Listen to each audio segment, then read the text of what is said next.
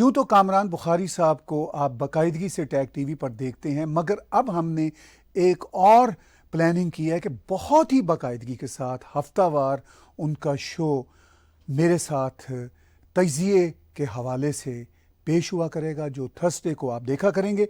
और हम उनके शुक्रगुजार हैं कि वो हमें वक्त देते हैं। आज उनसे बातचीत होगी दो अहम मौज़ूआत पर।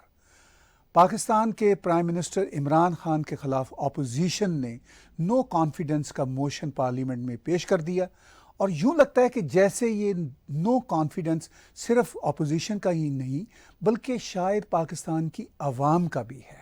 जिस तरह महंगाई बढ़ी, जिस तरह के उन्होंने आवाम के साथ वादे किए, बड़े बड़े दावे किए, कुछ भी उस पर अमल ना हो सका। मगर इसके साथ साथ एक और बड़ी अफसोसनाक बात है कि पाकिस्तान के जो फॉरेन रिलेशंस हैं अरब मुल्कों के साथ, यूरोपियन यूनियन के साथ, अमेरिका के साथ, हत्ता कि चीन तक के साथ ख़राब हुए हैं। और अब इमरान खान ये कह रहे हैं, या उनकी पार्टी ये कह रही है कि हम बहुत अहम लोग हैं, चूँकि इमरान खान के ख़िलाफ़ अमेरिका और यूरोपियन यूनियन खड़ी है। इस पे हम बातचीत का आगाज़ करेंगे। आगे चल के यूक्रेन और रशिया के टेंशन पे भी बात होगी। वेलकम कामरान बुखारी साहब, हम शुक्रगुजार हैं। आप हमें हर हफ्ते वक्त देते हैं, अब तो आप बहुत ही बाकायदगी के साथ वक्त देंगे, हम उसके लिए बहुत बहुत शुक्रगुजार हैं। मैंने तमहीद बांधी इमरान खान के मसला के हवाले से कि vote of no confidence parliament में पेश हो गया है। अब आप कैसे देखते हैं जब वो ये कहते हैं कि पूरी दुनिया मेरे खिलाफ है? जी ताहिर साहब, बहुत बहुत शुक्रिया। मैं भी आपका बहुत शुक्रगुजार हूँ कि अपने ख़यालात के इजहार का उनको शेयर करने का मौका मिलता है, और अब इंशाल्लाह बाकायदगी से मिलेगा। तो देखें, यहाँ पे मामला जो है वो बड़ा सिंपल सा है कि चाहे वो ये जो अदम एतमाद की तहरीक जो दायर हुई है कौमी असम्बली में, अगर वो कामयाब हो जाती है तो इमरान खान साहब जो है वज़ारत उज़्मा के ओहदे से फारिग हो जाएंगे। अगर नहीं होती तो जो है कुछ महीने चलते रहेंगे। इनके सुनने में आया है कि इनके खिलाफ कोई केस आ रहा है सुप्रीम कोर्ट के अंदर या इलेक्शन कमीशन के अंदर। इसकी डिटेल्स मेरे पास इतनी नहीं है, लेकिन जो है मैंने जो पढ़ा है, जो सुना है लोगों से जो इस चीज़ को फॉलो करते हैं, तज्जिया निगार हैं, जर्नलिस्ट हैं, वे कह रहे हैं कि इनके खिलाफ जो है फॉरेन फंडिंग का एक केस है, जिसमें जो बेसिकली कहा जा रहा है कि स्लैम डंक है। इन्होंने बहुत अरसा पहले अपनी जमात के लिए फॉरेन फंडिंग दी थी, फिर उस फंडिंग को छुपाया मुबैना तौर पे। लेकिन चूंकि अभी तक एस्टैब्लिशमेंट इनका सतून बनी हुई थी, इनके सपोर्टर बने हुए थे, तो वो बात जो है कहीं जा नहीं रही थी। और पाकिस्तान में तो आपको पता है कि मतलब इस तरह के बेशुमार केसेस कई साल जो है वो कोर्ट्स में धक्के खाते रहते हैं। लेकिन ये है कि फिर जब वो केस खारिज नहीं किए जाते, इसलिए कि कभी मतलब जो मुतदर हल्के हैं उनके काम आ सकते हैं, तो वो रखते हैं उसको डॉकेट के अंदर कि भाई अगर ज़रूरत पड़े तो इसको इस्तेमाल किया जाए। तो कहने का मकसद ये है कि इवन अगर ये किसी तरीके से, जो मुझे तो नहीं लग रहा कि ये कैसे मतलब इस नो कॉन्फिडेंस मोशन से जो है ना बच पाएंगे, क्योंकि नंबर जो है नहीं लगता इनके पास हैं, और क्योंकि इनका बिहेवियर वो नहीं है जो, अगर इनके पास नंबर होते तो ये जिस तरीके से ये गुफ्तगू कर रहे हैं, रैलियां कर रहे हैं, मुलाकातें कर रहे हैं, इनका जो रेटरिक है उससे तो यही पता चल रहा है कि ये बेसिकली अब तैयारी कर रहे हैं अपने जिसे कहते हैं ना पोस्ट ऑफिस जो करियर है, यानी वज़ीर आज़म के ओहदे से जब उतर जाएंगे उसके बाद फिर ये क्या करेंगे और दोबारा से सियासत में किस तरीके से अपने आप को लेके आएंगे, रिवाइवल कैसे होगा, उस स्ट्रेटजी पे काम कर रहे हैं। तो बहरहाल फर्ज कीजिए कि अगर ये 1.5 साल और भी निकाल देते हैं जो इनकी मियाद है, मतलब समर 2023 तक अगर निकल भी जाते हैं, जो इनकी हुकूमत की 5 साल मियाद है, पूरी भी कर जाते हैं किसी तरीके से, लेट्स अस्यूम दैट, ये दोबारा से ये अपनी पोजीशन को मजीद खराब करेंगे, क्योंकि जो हालात इस वक्त हैं वो बेहतर नहीं होने वाले। तो मैं समझता हूं कि ये ना सिर्फ सियासी जमातें बल्कि एस्टैब्लिशमेंट भी समझ गई है, और फिर ये पहले से, जैसे आपने जो है ना बयान किया अपने इब्तदाइया में, कि ये इन्होंने तकरीबन तमाम जो खारजी रिलेशंस हैं, फॉरेन रिलेशंस हैं पाकिस्तान के, उनको नुकसान पहुंचाया है।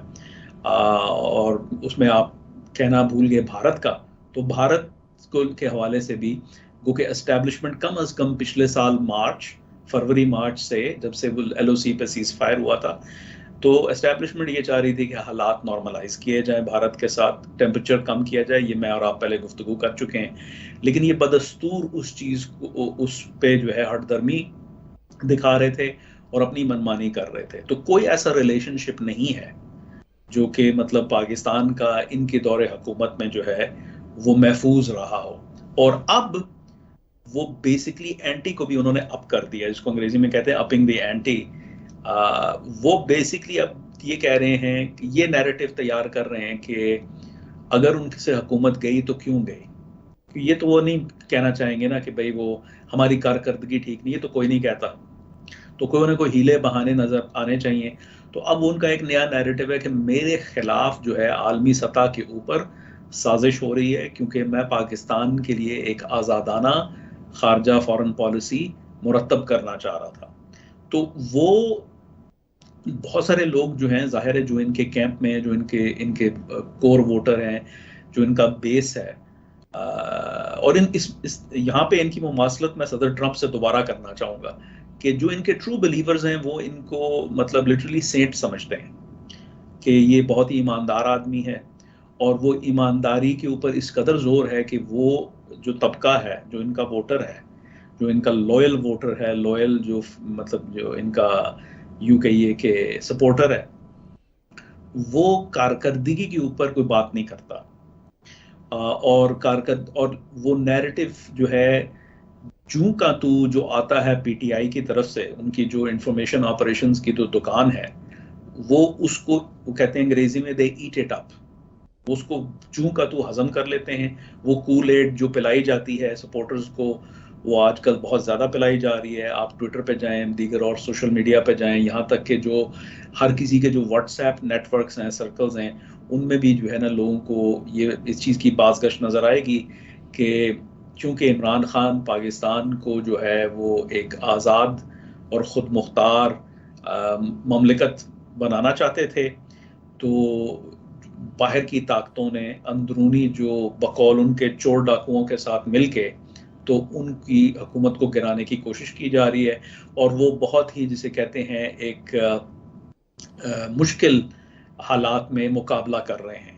तो वो अल्टीमेटली वो ये सारा जो बयानिया है जो कि फॉरेन पॉलिसी को मज़ीद नुकसान पहुंचा रहा है। आज मेरी थोड़ी देर पहले जो है 2-3 घंटे पहले मेरी गुफ्तगू एक ब्रिटिश पार्लियामेंटेरियन से हो रही थी, तो वो भी यही बता रही थी कि यहाँ पर जो है बरतानिया की हुकूमत जो है वो बहुत नालां है कि ऐसे मौके पर कि जब यूक्रेन के ऊपर जो है इस कदर चढ़ाई चढ़ रही है रूस की जानिब से, यूरोप को ख़तरा है, मगरिब जो है वो रूस के साथ एक बहुत बड़ी कॉन्फ्लिक्ट में मुब्तला है, तो ऐसे मौके पे पाकिस्तान जैसा मुल्क जो कि मतलब वेस्ट का एलाय रह चुका है, देरीना एलाय है, उसका वजीर आज़म इस किस्म की बातें कर रहा है। तो ये जो चीज़ें हैं ये बड़ी ज़रूरी हैं समझने के लिए इनके वोटर्स को कि ये जाते जाते भी बहुत ज़्यादा नुकसान कर जाएंगे।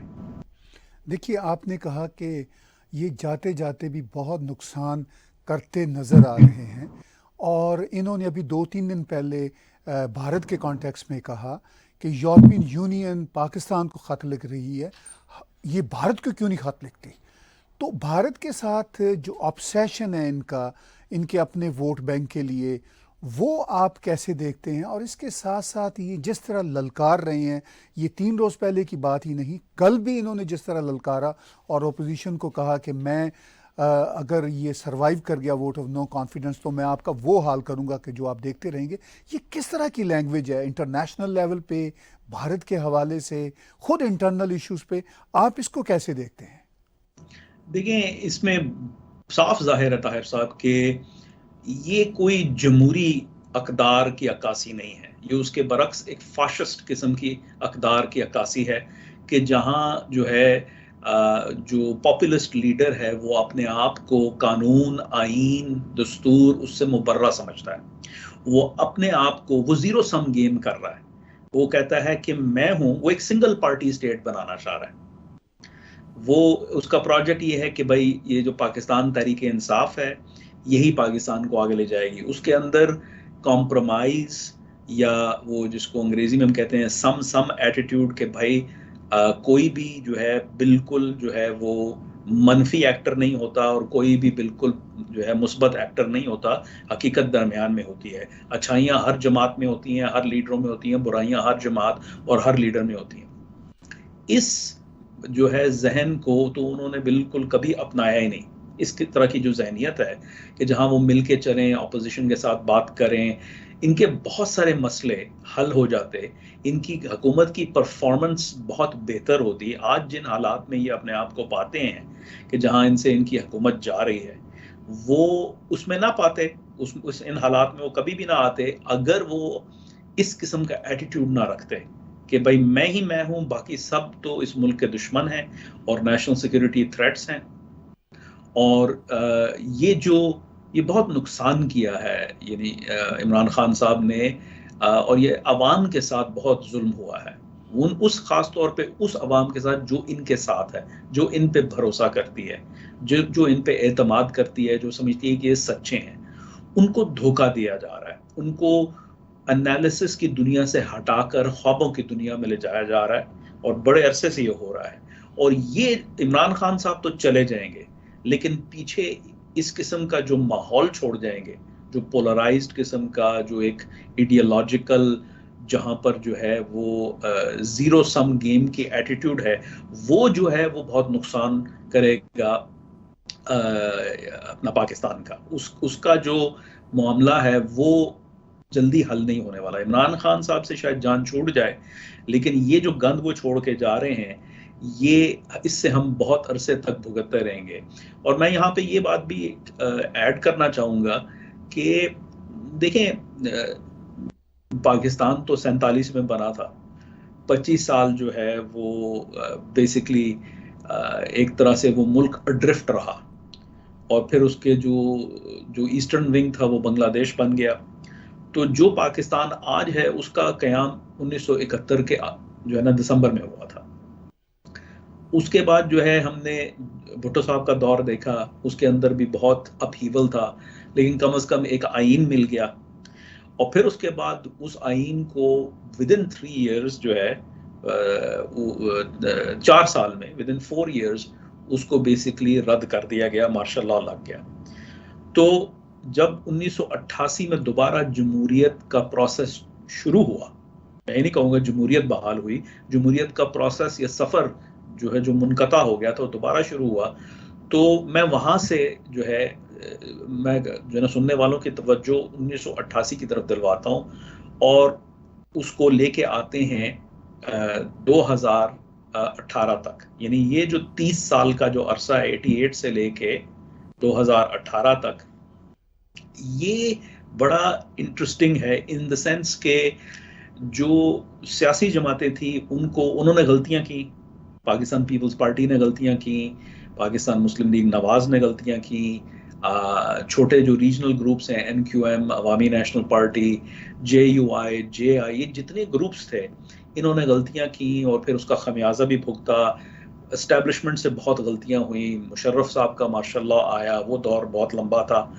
लेकिन एक चीज उस सारे तजर्बे का एक निचोड़ था कि ये समझ आ गई थी कि जीरो सम गेम नहीं हो सकती। यानी कोई एक जमात एक्सक्लूसिवली इस मुल्क को नहीं चला सकती, क्योंकि जो है तमाम जमातों की जो जड़ें हैं वो किसी ना किसी जुग्राफियाई इलाके में हैं। ठीक है, एक ज़माने में पीपल्स पार्टी जो है वो वाहिद नेशनल पार्टी होती थी, क्योंकि उसकी पंजाब में भी सीटें होती थी, उसकी सरहद में भी होती थी, बलूचिस्तान में थोड़ी कम थी, सिंध में उनका जो है ना कोर टर्फ था, तो वो वाहिद होती थी। उसके बाद जो है जब से जवाल आया पाकिस्तान पीपल्स पार्टी का, तो कोई जमात ऐसी नहीं है कि जो ये कह सके कि वो पूरी तरीके से पूरे कौम के अंदर उसके पास जो है वो एक लेवल प्लेइंग फील्ड के तहत उसके पास वो सीटें जीतती है। मुस्लिम लीग नवाज जो है वो पंजाब उसका बेस है, पीपल्स पार्टी रीजनल पार्टी बन के रहेगी या पंजाब में दोबारा आना चाह रही है। इसी तरीके से MQM है, उसको भी जो है जवाल आया है गुज़िश्ता कई सालों में।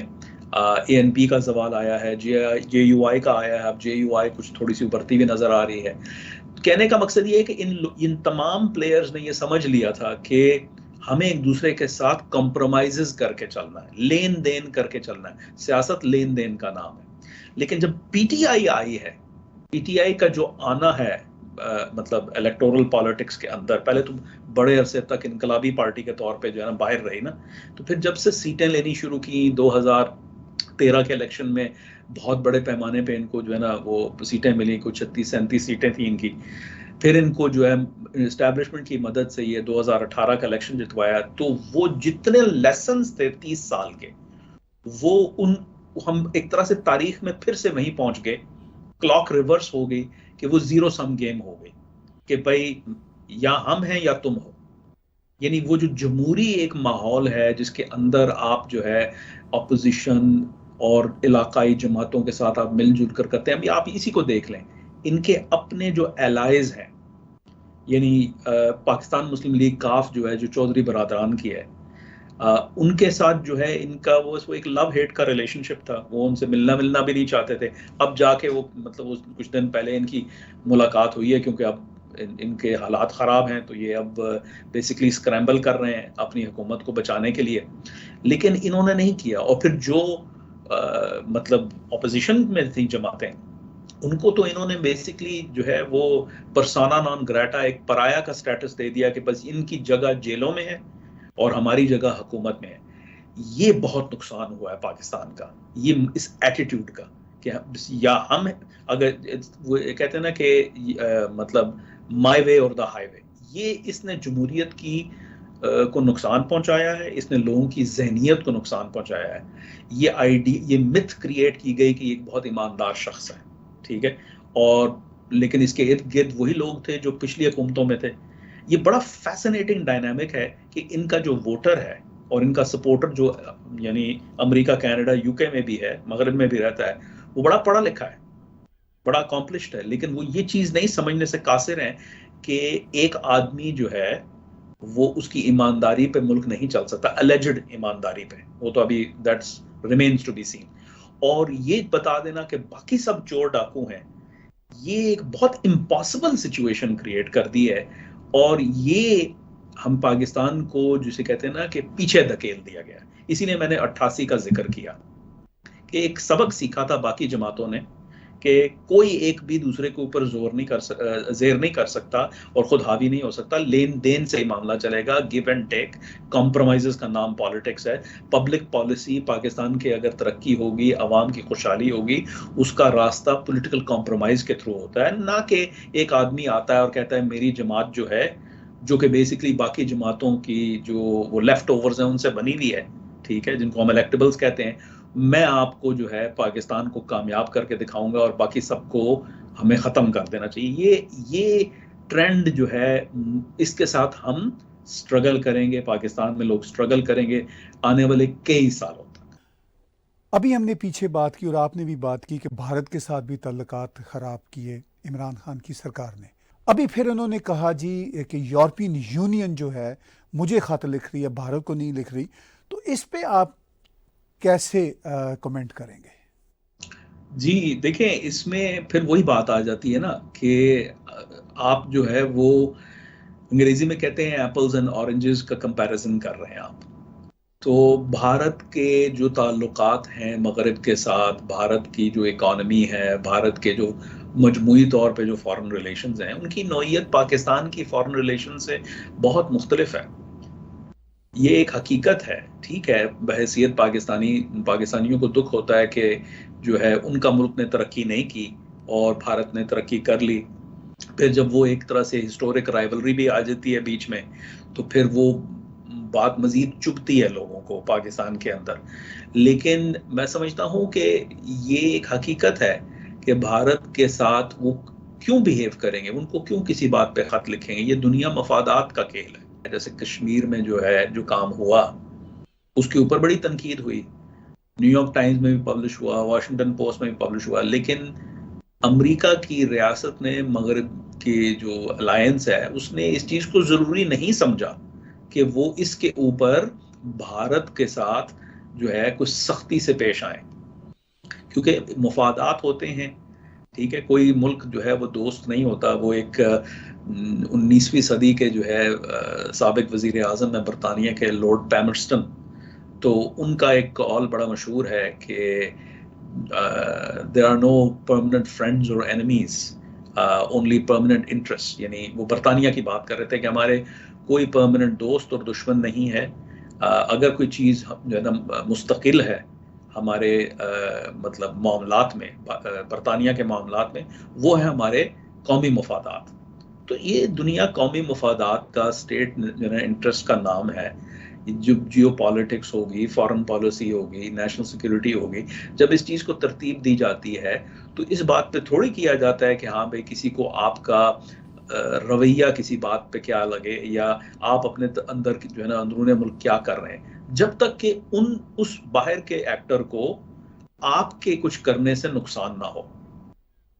और हमने नहीं देखा कि भारत कोई ऐसा इकदाम कर रहा है कि जो एक्टिवली यानी वेस्टर्न इंटरेस्ट को अंडरमाइन करे।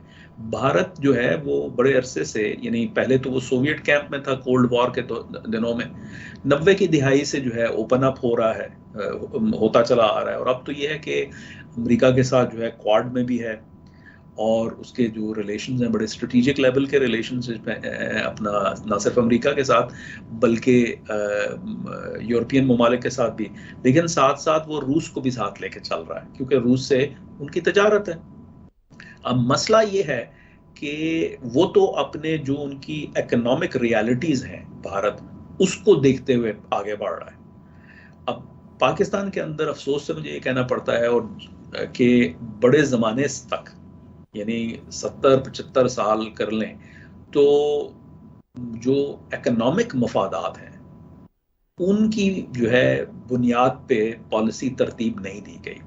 सिक्योरिटी को देखा गया है बड़े क्रूडली, बहुत ही सिंगल डायमेंशनली सिक्योरिटी को देख के तो जो ताल्लुकात हैं वो तरतीब दिए गए हैं। अब बस और ये कुछ ही साल हुए हैं, ये जो चीन के साथ भी जो रवाबित बढ़े हैं, सीपैक आई है, ये तो लेट एक जो है मतलब डेवलपमेंट है, ये कोई पुरानी नहीं है। ये तो जो है ना 2014-15 के बाद का डेवलपमेंट है कि सीपैक के ऊपर उन्होंने काम किया, क्योंकि 2013 में तो उन्होंने अनाउंस किया था अपना BRI प्रोजेक्ट। तो ये भी नया है और इसके अंदर भी जो है वो पूरी तरीके से वो इकोनॉमिक जो जिसे कहते हैं इंटरेस्ट कार फरमा नहीं है। आप जो है जीरो से भी नीचे थे, आपका जो है इंफ्रास्ट्रक्चर नहीं था, आपके एनर्जी के जो सप्लाईज थे, यानी बिजली, गैस और दीगर और जो आपके ज़रूरियात हैं जो जिस पे रियासत और कौम चलती है, उनकी जो कमियां हैं उनको पूरा करने के लिए सीपैक में आपने शामिल हुए थे। तो अब आपका पूरी की पूरी तजारत, ठीक है, कोई आजकल गूगल का ज़माना है, आप कोई शख्स भी जाके गूगल कर सकता है कि पाकिस्तान का ट्रेड वॉल्यूम मगरबी ममालिक के साथ कितना है और रूस के साथ कितना है, चीन के साथ कितना है, ठीक है। तो आप उसको देख लें, आपका पूरे का पूरा जो है आपको नज़र आ जाएगा कि आपको मगरिब के साथ ताल्लुकात अच्छे रखने की ज़रूरत है। आपके दीगर और मसाइल हैं, आपका IMF का मसला है, आपने उनसे लोन लेना है, वेस्टर्न इंस्टीट्यूशन है ये, आपको FATF की लिस्ट से उतरना है, ये जो फाइनेंशियल एक्शन टास्क फोर्स है टेररिज्म से रिलेटेड। इसी तरीके से आपको जो GS+ का जो सहूलत फराहम है यूरोपियन ममालिक से ट्रेड के ऊपर, उसको बरकरार रखना है। अब आप चलें, उसको छोड़ के तो आप चल पड़े हैं जो है रूस को जो है, और ऐसे मौके पे कि जहाँ पर वो रूस जो है वो उसने एक तरह से मगरिब के ऊपर जो है वो जंग डिक्लेयर कर दी है, ठीक है ना। तो वो और मतलब सोवियत यूनियन के इम्प्लोजन, उसके गिरने के बाद ये हमारे दौर का सबसे जियोपॉलिटिकली सिग्निफिकेंट डेवलपमेंट है। एक ऐसे मोड़ पे आप ये मैसेज भेज रहे हैं, आप जाते हैं एयरपोर्ट पे उतरते हैं और आपका जो मुंह से पहला लफ्ज निकलता है ये कि मैं बहुत ज़्यादा एक्साइटेड हूँ यहाँ आके, ऐसे मौके पे आया हूँ कि जो बड़ा एक्साइटमेंट है यहाँ पे। तो आप बेसिकली मैसेज अगलों को भेज रहे हैं कि हम जो हैं आपके मफादात को तो मतलब हेल्प तो कुछ कर नहीं सकते, लेकिन नुकसान हम करने के लिए तैयार हैं। उसको ऐसे ही रीड किया जा रहा है कि ये जो दौरा हुआ था, ये ऐसे मौके पे हुआ है कि जिस मौके पे मगरिब कम अज कम पाकिस्तान को चाहता है कि वो, इससे ये उम्मीद नहीं थी कि वो जाके इस तरीके से पुतिन को जो है वो खुलकर सपोर्ट करें, क्योंकि इस वक्त जो है दुनिया पुतिन का बॉयकॉट कर रही है, पाकिस्तान उनके साथ बगलगीर हो रहे हैं। बाकी जो मुल्क हैं, भारत की बात कर लें, वो कॉशियसली मूव कर रहे हैं कि अच्छा यार उधर भी बात कर लो, इधर भी बात कर लो, जो है ना, अपने आप को बचाओ, क्योंकि ये बड़ी ताकतें आपस में लड़ रही हैं, हमारा नुकसान ना हो जाए। यहाँ तक कि आपका जिसको आप बेस्ट जियोपॉलिटिकल फ्रेंड कहते हैं, चीन, वो भी इस गंद से अपने आप को दूर रखना चाह रहा है। वो भी उस तरीके से रूस के साथ बगलगीर नहीं हो रहा, बल्कि उसको ये है कि ये अगर जंग फैल गई, सैंक्शन मजीद चढ़ गए, तो जो हम तजारत कर रहे हैं, एक्सपोर्ट्स कर रहे हैं, तो उसका हमें नुकसान होगा। तेल की कीमतें देखें किधर चली गई हैं, ठीक है। तो ये तमाम मुल्क इन चीज़ों को फैक्टर इन करते हैं। मासेवा जो है पाकिस्तान की जो ये हुकूमत है, मैं यहाँ पे इन ऑल फेयरनेस जो फॉरेन ऑफिस की ब्यूरोक्रेसी है, मैं उनको जो है आई वांट टू नोट कि उन्होंने और फौजी एस्टैब्लिशमेंट ने जो मतलब दीगर ज़राए से जो बातें सामने आई हैं, और दीगर जर्नलिस्ट और एनालिस्ट पाकिस्तान के, वो ये रिपोर्ट कर रहे हैं कि इन दोनों हलकों से इनको ये मशवरा आया था कि आप खुदारा जो है इसको पोस्टपोन कर दें, अभी मत जाइए। लेकिन ये नहीं माने, क्योंकि इनको नज़र आ चुका था कि अब मैं हुकूमत में नहीं रहूँगा, और अब मुझे जवाज़ बनाना है कि मुझे, अगर मैं निकला हूँ तो क्यों निकला हूँ। और ये यहीं से वो जो नैरेटिव है कि जी मेरे खिलाफ आलमी सतह पे मगरिब की जानिब से साजिश हो रही है। व्यूअर्स, आपने बातचीत सुनी कामरान बुखारी साहब की पाकिस्तान के पॉलिटिकल टर्मोइल के हवाले से। हम एक छोटी सी ब्रेक लेते हैं, और जैसे ही ब्रेक से वापस आएंगे हम रूस यूक्रेन के तनाज़ा की रोशनी में जो एक नई बदलती हुई दुनिया हमारे सामने आ रही है, उस पर बातचीत करेंगे। हमारे साथ रहिए।